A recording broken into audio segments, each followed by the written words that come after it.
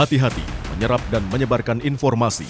Koper untuk pemenangan calon tertentu dalam Pilkada 2024 kebenarannya belum terverifikasi. Yang viral di media sosial belum tentu fakta.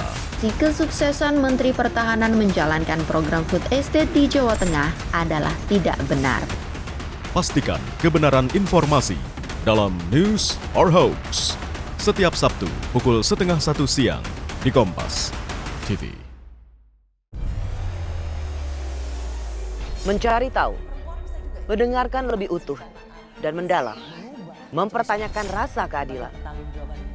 Saya mau minta klarifikasi. Klarifikasi. Ini tanggung jawab. Bapak malu nggak sih? Apakah saya dengar permintaan maaf yang benarkah backingnya para jenderal orang-orang sekarang? Kita mengingatkan penguasa, menghibur yang papa. Rosi.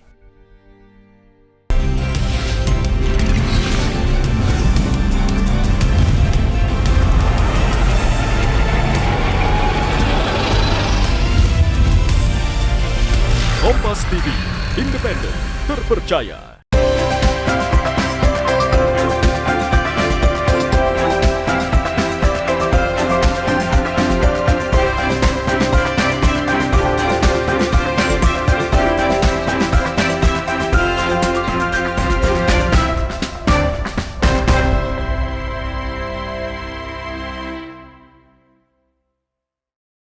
Selamat pagi saudara, apa kabar Anda hari ini? Kembali lagi bersama saya Ece Dias dalam program Sapa Sorong. Kali ini kita akan membahas tentang Polresta Sorong Kota mengawal demokrasi dan Natal tahun baru 2024. Dan saat ini sudah bersama saya Pak Kapolresta Sorong Kota, Kombes Pol Happy Perdana Yudianto. Selamat pagi Bapak, Selamat apa kabar pagi. hari ini Pak? Alhamdulillah baik, Mbak. Sepertinya lagi sibuk ya Pak, usai pilkada. Dan sekarang lagi mempersiapkan pengamanan jelang perayaan Hari Besar Keagamaan, khusus Natal dan Tahun Baru 2024. Betul sekali. Iya. Baik Pak Kapolres, langsung saja kita mau bahas Kota Sorong pasca pemilihan kepala daerah, di mana pilkada sudah dilewati nih ya Pak. Iya, betul sekali. Nah, sejauh ini evaluasi untuk pengamanan pilkada kemarin seperti apa Pak? Baik, jadi kita kemarin sudah selesai melaksanakan tahapan pemungutan suara. Jadi sampai hari ini evaluasi terkait pengamanan pilkada masih bisa kita kendalikan, kondusif. Memang ya masih ada kekurangan di sana sini, namun demikian itu masih belum tidak signifikan. Jadi masih bisa kita tangani. Namun demikian kita berevaluasi untuk kebaikan ke depannya. Sampai saat ini masih terkendali dan kondusif. Itu. Kemudian pasti untuk melewati semua itu ada tantangan yang dihadapi anggota. Seperti apa Pak? Baik, jadi memang banyak ya tantangan yang dihadapi oleh anggota saat melaksanakan pengamanan, terutama pelaksanaan pengamanan pemungutan suara. Tentunya anggota harus melekat di kotak suara, melekat di TPS masing-masing. Jadi mulai H-2 sampai H+1, anggota tidak boleh kembali ke rumah. Nah, itu menjadi tantangan tersendiri, artinya anggota harus melekat dan bertanggung jawab penuh terhadap keamanan kotak suara tentunya, sampai kotak suara selesai dan dikirim ke distrik tentunya, itu. Nah terus nih Pak, bagaimana proses sinergitas dengan tokoh masyarakat, tokoh agama dan tokoh adat sehingga pilkada kali ini bisa berjalan dengan lancar? Jadi terkait koordinasi kami dengan stakeholder, Forkopimda terkait pengamanan pilkada, memang kita sudah mulai dari awal-awal tahapan, dari mulai tahapan pertama kita sudah melaksanakan koordinasi dengan stakeholder masing-masing, baik dengan Forkopimda, tokoh agama, tokoh masyarakat. Ini adalah untuk supaya kita manakala ada konflik-konflik sosial terkait pilkada, kita bisa selesaikan secara lebih awal, seperti itu. Nah untuk selanjutnya seperti apa pengamanan untuk mengawal hasil pengumuman sengketa? Apakah akan ada penebalan pasukan atau seperti apa Pak? Baik, jadi terkait pengamanan terkait konflik atau konflik pilkada, ya, kita masih mendapat backup dari Brimob Polda Papua Barat. Selain personil kita tentunya yang memang sudah kita sprintkan untuk pengamanan terkait konflik pilkada ini, sengketa pilkada maksudnya. Selain itu juga dari Polda masih memberikan bantuan backup pasukan Brimob sebanyak kurang lebih 52 orang. Itu yang pasukan yang memang standby untuk terkait sengketa pilkada. Itu. Pak Kapolres, ada tidak himbauan untuk paslon dan simpatisan agar mencegah terjadinya konflik nanti? Baik. Jadi kesempatan baik ini untuk saya ada waktu untuk memberikan himbauan ya terkait setelah pemungutan suara. Jadi himbauan saya pada pasangan calon wali kota maupun wakil wali kota, berikut juga pendukungnya, untuk sama-sama saling menahan diri ya. Baik yang menang tidak usah terlalu bereforia mengadakan konvoy, kemudian pesta-pesta. Ya kita tunggu. Kalau memang menang nanti kita tunggu ketetapan dari KPU. Nah, itu untuk menjaga konflik nanti yang terjadi. Begitu juga yang paslon yang mungkin jumlah suaranya kurang. Ini menjadi evaluasi juga bagaimana kemudian tetap menjaga kondusivitas, kita saling bersinergi dengan masyarakat, dengan masing-masing pendukung untuk karena sudah selesai, pesta demokrasi sudah selesai, pemilihan selesai, kita tunggu saja nanti keputusan dari KPU, siapapun yang nanti akan memimpin Kota Sorong ini, marilah kita dukung bersama-sama. Seperti itu. Ya baik saudara, jangan kemana-mana, kita akan membahas lebih lanjut persiapan Polresta Sorong Kota dalam menghadapi Natal dan Tahun Baru.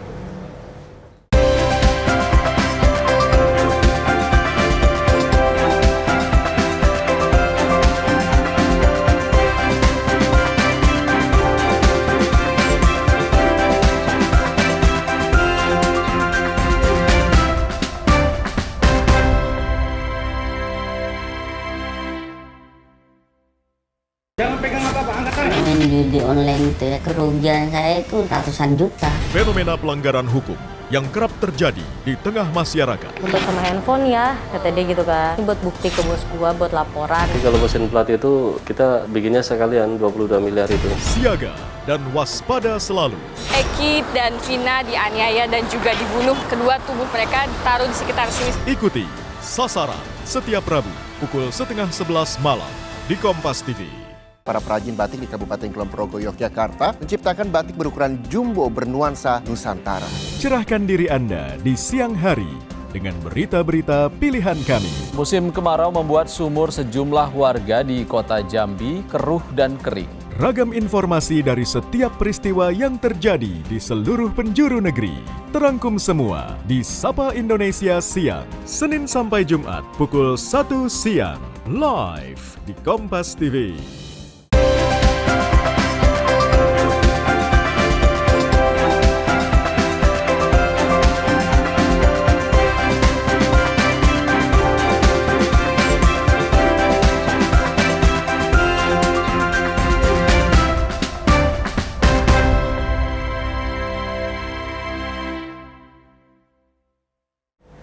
Masih bersama saya Eci Dias dalam program Sapa Sorong. Masih bersama kita Kapolresta Sorong Kota, Kombes Pol Happy Perdana sebagai narasumber kita hari ini. Pak Kapolres, tadi kita sudah bincang-bincang pasca Polresta Sorong Kota melewati pilkada. Nah, selanjutnya momen Natal dan Tahun Baru menanti di depan nih Pak. Ya. Bagaimana persiapan institusi Bayangkara dalam menghadapi Natal dan Tahun Baru? Dan Pak Kapolres, sejauh ini apakah sudah dilakukan koordinasi untuk persiapan Natal dan Tahun Baru, Pak? Ya, baik. Jadi setelah kita melaksanakan pengamanan pilkada, kita di depan, kita dihadapkan oleh pengamanan terkait Natal dan Tahun Baru. Tentunya ini sudah menjadi kalender tahunan bagi kita Polri setiap tahun untuk melaksanakan operasi kemanusiaan. Jadi terkait Natal dan Tahun Baru ini adalah tergolong operasi kemanusiaan. Begitu juga dengan pengamanan Idul Fitri. Nah, terkait pengamanan Natal dan Tahun Baru, memang kita sudah menyiapkan berbagai hal, ya, Tentunya yang pertama adalah kita siapkan personil, kemudian kita juga siapkan logistik, sarana dan prasarana, mungkin perlengkapan. Kita nanti juga akan bangun pos-pos ya. Jauh sebelumnya kita juga sudah melaksanakan rapat koordinasi dengan tokoh-tokoh agama, tentunya dalam hal ini para pengurus gereja, kemudian pengelola gereja dan tokoh-tokoh pemuda gereja. Dan juga kita melaksanakan koordinasi dengan lintas sektoral, baik itu dengan Forkopimda, Bapak Wali Kota, kemudian Bapak Danrem, dan juga stakeholder yang lain. Tentunya ini penting karena memang operasi kemanusiaan ini bukan menjadi tanggung jawab Polri saja. Polri memang dikedepankan dalam operasi kemanusiaan ini, namun demikian ingat bahwa ini adalah tanggung jawab kita bersama, baik itu tokoh masyarakat, tokoh agama, tokoh pemuda, dan lain-lain. Kita menjaga supaya kegiatan ibadah Natal tahun ini bisa lebih aman lagi sehingga umat Nasrani nanti bisa menjalankan ibadah Natal dengan tertib, dengan damai, dengan tidak usah khawatir terkait keamanan. Seperti itu. Perbedaan persiapan tim Polri untuk pengamanan Natal dan Tahun Baru dibandingkan dengan tahun kemarin dan tahun sekarang seperti apa, Pak? Jadi untuk perbedaan dari tahun dengan tahun sekarang tidak jauh berbeda ya. Jadi tetap kita laksanakan rangkaian-rangkaian kegiatan. Tadi pagi kita melaksanakan apel gelar pasukan. Jadi kita cek kesiapan seluruh personil, berikut juga perlengkapan-perlengkapan yang ada kita cek ya untuk kesiapan terakhir sebelum kita melaksanakan pengamanan Natal dan Tahun Baru tentunya. Kemudian setelah itu kita melaksanakan kegiatan yang dinamakan rapat internal terkait proses nanti bagaimana pelaksanaan pengamanan itu dari masing-masing stakeholder yang terlibat, baik dari Satpol PP, mungkin dari pemuda, semua kita rapatkan, kita ketemu di dalam satu tempat untuk bagaimana nanti masing-masing cara bertindak dari masing-masing instansi-instansi yang tergabung di dalam pengamanan Natal dan Tahun Baru. Seperti itu. Untuk Kota Sorong sendiri, jumlah personil untuk PAM Natal dan arus mudik sendiri jumlahnya berapa banyak? Untuk pengamanan Natal dan Tahun Baru ini, untuk personil kita libatkan 350 ya, kita libatkan 350 personil. Jadi nanti kita akan tempatkan, kita akan buat pos pelayanan dan pos pengamanan ya. Pos pengamanan dan pelayanan ini ada di berbagai titik ya. Untuk pos pelayanan nanti kita pos pelayanan terpadu. Jadi di situ ada instansi-instansi terkait yang lain seperti mungkin Dinas Kesehatan, terus kemudian ada Satpol PP, ada juga Orari, kemudian ada juga TNI ya. Ini melayani berbagai hal yang dibutuhkan masyarakat yang nanti saat mudik atau saat warga yang akan menuju ke tempat ibadah. Di situ kita siapkan mungkin tensi karena dia ada Dinas Kesehatan juga. Kita juga siapkan informasi-informasi terkait tempat-tempat wisata mungkin. Nah, di situ jadi one stop service-nya kita manakala masyarakat atau warga membutuhkan pos pelayanan maupun pos pengamanan. Begitu. Nah, untuk PAM Natal nanti mekanisme seperti apa, Pak, khususnya di tempat ibadah? Ya, baik. Jadi memang selain kita melaksanakan pengamanan di berbagai titik ya, baik di pelabuhan, di bandara, dan tempat-tempat konsentrasi massa yang lain, kita juga melaksanakan pengamanan di tempat-tempat ibadah. Nah, terkait pengamanan di tempat ibadah, tentunya kita juga ada SOP yang kita laksanakan. Yang pertama adalah sebelum pelaksanaan ibadah, nanti kita akan melaksanakan sterilisasi. Kita akan menggunakan tim K9 kita menggunakan anjing pelacak, dan juga dari Brimob juga akan melaksanakan sterilisasi di gereja-gereja yang nanti akan melaksanakan misa Natal. Setelah itu kemudian kita juga menempatkan personil di masing-masing gereja-gereja yang nantinya akan dipergunakan untuk pengadaan misa ibadah misa Natal begitu. Dan untuk pengamanan tersebut nanti masing-masing gereja itu ada, misalnya ada kelompok-kelompok tertentu seperti gereja-gereja besar seperti Maranatha, kemudian gereja Shalom, gereja katedral, itu masing-masing nanti ada perwira pengendali yang itu nantinya akan berkoordinasi dengan masing-masing kelompok-kelompok gereja-gereja yang nanti akan kita kelompokkan menjadi masing-masing ada perwira kendali, perwira pengendali. Di samping itu juga kita mengadakan patroli, ya, dari Polres juga akan mengadakan patroli ke masing-masing tempat ibadah yang melaksanakan misa Natal, seperti itu. Nah, di Sorong sendiri ada fokus tempat yang menjadi daerah rawan sendiri untuk pengamanan nanti ya, Pak? Jadi untuk pengamanan gereja di Kota Sorong ini, kita memang personal kita terbatas, ya, karena kita ketahui bersama ada jumlah gereja di Kota Sorong itu sangat banyak, besar dan kecil. Namun demikian, secara umum tidak ada keamanan yang terlalu dirisaukan. Insya Allah kita akan laksanakan pengamanan secara maksimal. Kita memberikan kenyamanan kepada saudara-saudara beragama Nasrani yang melaksanakan ibadah Natal. Jadi untuk seluruh gereja memang tidak semua gereja kita amankan, namun demikian gereja-gereja yang tidak terbackup oleh pengamanan yang standby kita laksanakan patroli dan kita laksanakan pemantauan terhadap gereja-gereja kecil yang mungkin tidak kita bisa ditempatkan personil kita. Jadi tidak usah khawatir bagi seluruh saudara-saudara kita yang nanti akan melaksanakan misa Natal, kita pastikan untuk keamanan saat melaksanakan misa Natal. Selanjutnya ya Pak, bagaimana dengan mekanisme PAM di pelabuhan dan bandara? Ini kan lagi puncak arus mudiknya lagi banyak sekali. Diperkirakan kapan puncak arus mudik nanti Pak? Baik, jadi terkait di bandara maupun pelabuhan, tentunya kita ada mekanisme tersendiri. Kita tetap melaksanakan pemantauan ya terhadap bandara dan juga pelabuhan. Diperkirakan puncak arus mudik itu untuk hari Natal diperkirakan H-1. Jadi mungkin sekitar tanggal 23 dan 24. Begitu juga di pelabuhan.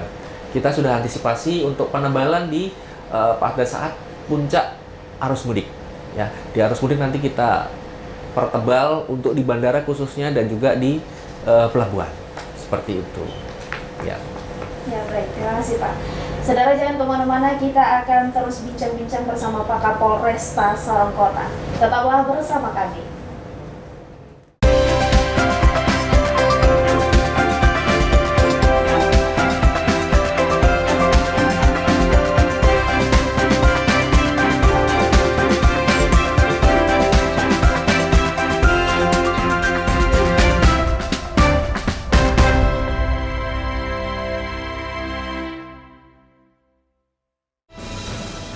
Isu terkini perpolitikan tanah air ramai menjadi perhatian publik. Ada pendapat yang mengatakan bahwa ini ada intervensi kekuasaan. Nah inilah yang kita khawatirkan, narasi-narasi menyesatkan seperti ini. Diulas oleh dua pandangan berbeda. Pada elit ini apakah sama dengan pernyataan Sahroni yang bilang tergantung dewa-dewa? Memang ada banyak tanggapan.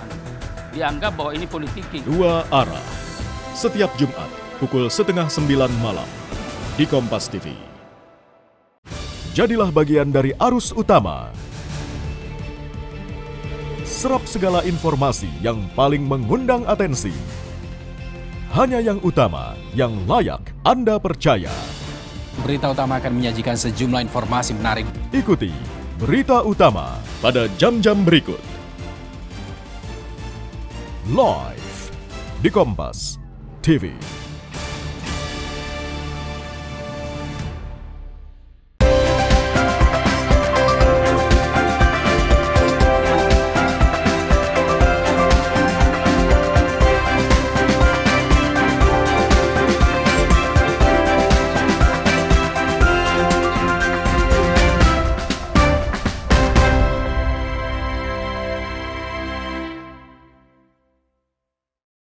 Masih bersama saya Ece dalam program Sapa Sorong.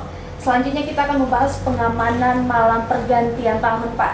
Pengamanan tahun baru di Kota Sorong, bagaimana persiapan jajaran Polresta Sorong Kota sendiri? Ya, baik.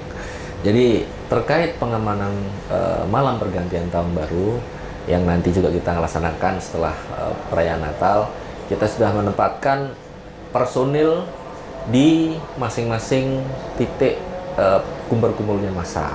Jadi masing-masing berkumpul massa kita tempatkan personil dan juga kita juga melaksanakan patroli sepanjang di sekitar ataupun di tempat-tempat yang akan nanti dilaksanakan perayaan pergantian tahun. begitu. Ya. Sejauh ini sudah terlihat titik-titik mana saja yang menjadi pusat perkumpulannya masyarakat nanti saat perayaan Tahun Baru. Jadi baik, jadi sampai hari ini kita pantau dan berdasarkan pengalaman tahun lalu juga untuk titik-titik pergantian tahun berkumpulnya massa itu biasanya ada di Sorong City, kemudian ada di Reklamasi, dan juga ada berbagai tempat hotel, restoran yang juga akan mengadakan semacam acara pergantian tahun. Ada yang mengundang artis, ada yang melaksanakan mungkin nonton bareng, dan juga pesta-pesta yang lain. Tentunya ini juga kita pantau dari mereka, kita pantau apa kegiatannya. Mereka mengajukan izin ke kita, kemudian saya perintahkan untuk Kasat Intel untuk memantau, melihat betul, mengecek betul kegiatannya seperti apa. Kira-kira melibatkan massa berapa? Untuk apa? Untuk menentukan personel nantinya yang akan kita tetapkan di situ. Ya, seperti contohnya kayak seperti di Reklamasi. Ya, di Reklamasi itu tentunya nanti akan pusat pemerintah provinsi seperti tahun kemarin itu akan mengadakan malam pergantian tahun itu di Reklamasi. Tentunya ini juga perlu penempatan personil yang ya cukup banyak karena di situ massa berkumpul dan ada penutupan jalan. Begitu juga di hotel-hotel dan di restoran-restoran. Tentunya kita juga laksanakan patroli dan pemantauan karena ada beberapa hotel yang memang mengundang artis lokal maupun nasional yang tentunya ini akan membawa massa penonton yang banyak. Jadi kita juga akan melibatkan personil untuk melaksanakan pemantauan di tempat-tempat tersebut. Untuk mekanisme pengamanan dan rekayasa lalu lintas di tempat ibadah dan pusat keramaian seperti apa, Pak? Tentunya untuk pelaksanaan rekayasa lalu lintas di tempat ibadah maupun di tempat nanti yang rencana akan diadakan malam pergantian tahun, kita menyesuaikan dengan tempat tersebut ya. Seperti contoh di Reklamasi, seperti tahun kemarin, itu kan nanti akan ditutup mulai Kuda Laut. Nah, dari mulai Kuda Laut, nanti kita kan akan alihkan arus belok ke kiri ke arah pelabuhan, ataupun ke arah kanan menuju ke Kampung Baru. Sebelumnya pun kita juga akan mengadakan sosialisasi terkait rekayasa lalu lintas ini. Supaya apa? Supaya masyarakat tahu paham bahwa malam pergantian tahun ini ada acara di Reklamasi, ada acara di Sorong City, ada acara mungkin di tempat-tempat lain.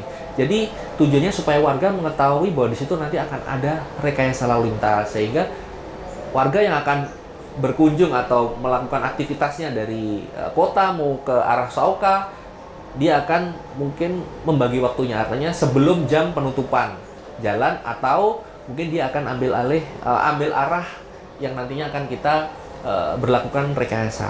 Begitu juga di tempat-tempat lain. Kita juga terapkan sistem rekayasa lalu lintas sesuai dengan lokasi karakteristik di tempat tersebut gitu. Seperti di Sorong City. Sorong City nanti kita akan melakukan kontraflow mungkin. Kalau terlalu banyak massa yang di depan Sorong City, kita lakukan kontraflow yang di depan Aston. Jadi di Sorong City kita tutup. Nanti kita lihat situasi seperti apa. Jadi dinamikanya seperti itu.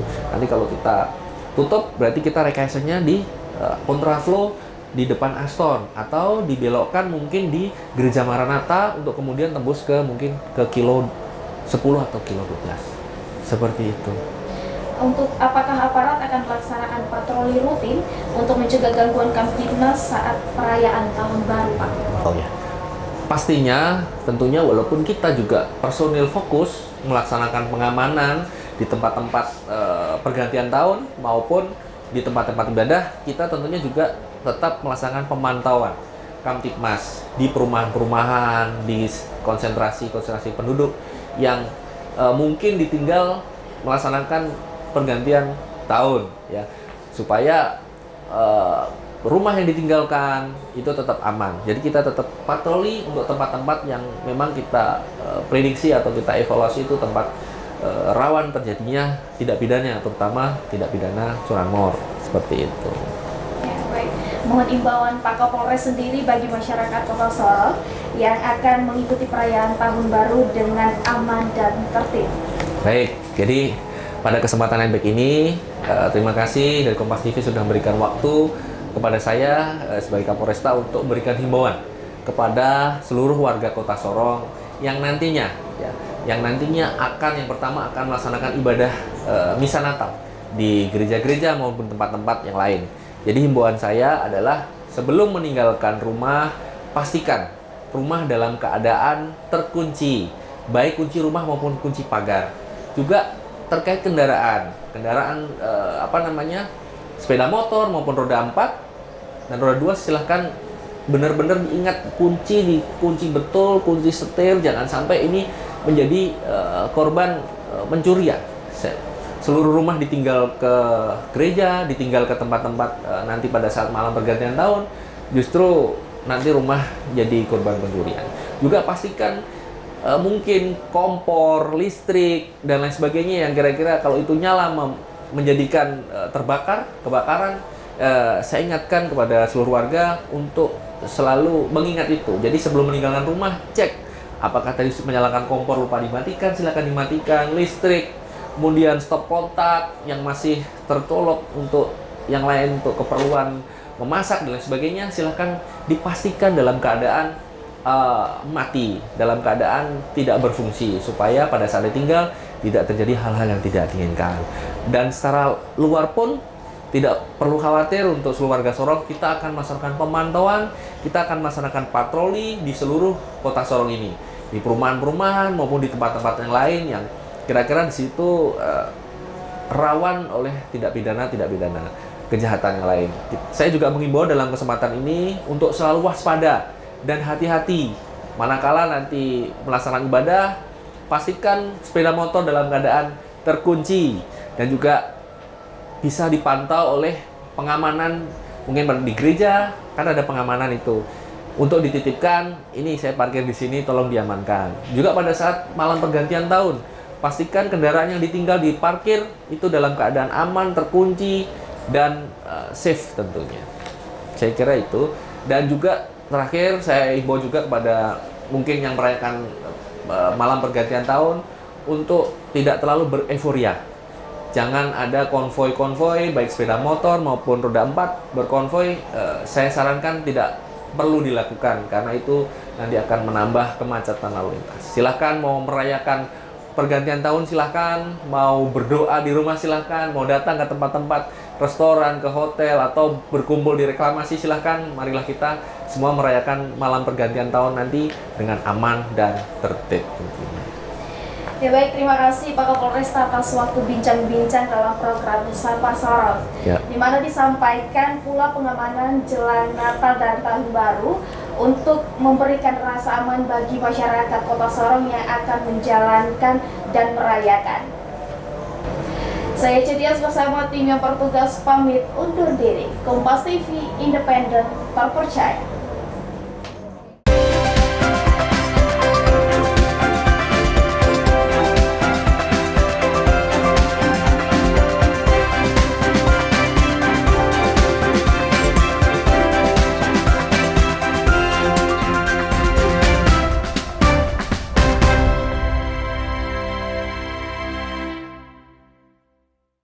Presiden Prabowo Subianto memboyong seluruh menteri dan wakil menteri Kabinet Merah Putih ke Akademi Militer di Magelang, Jawa Tengah. Ketahui peristiwa teraktual yang terjadi di seluruh penjuru tanah air. Pelantikan anggota MPR, DPR, dan DPD RI terpilih dari hasil pemilu 2024 perajin batik menghasilkan batik yang cantik dan ramah lingkungan. Ikuti selengkapnya Indonesia Update, Senin sampai Jumat pukul 3 sore, live di Kompas TV.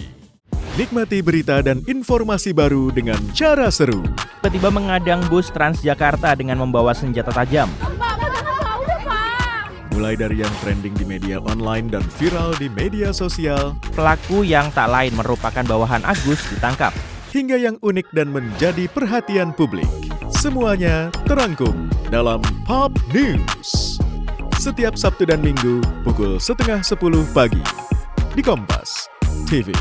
Menemani ruang informasi Anda, Kilas Kompas kembali hadir dengan sejumlah informasi yang terjadi sepanjang hari ini. Dapatkan rangkuman berita khas Kompas TV yang kami sampaikan secara singkat. 2 kelompok remaja terlibat tawuran di area pemakaman. Padat.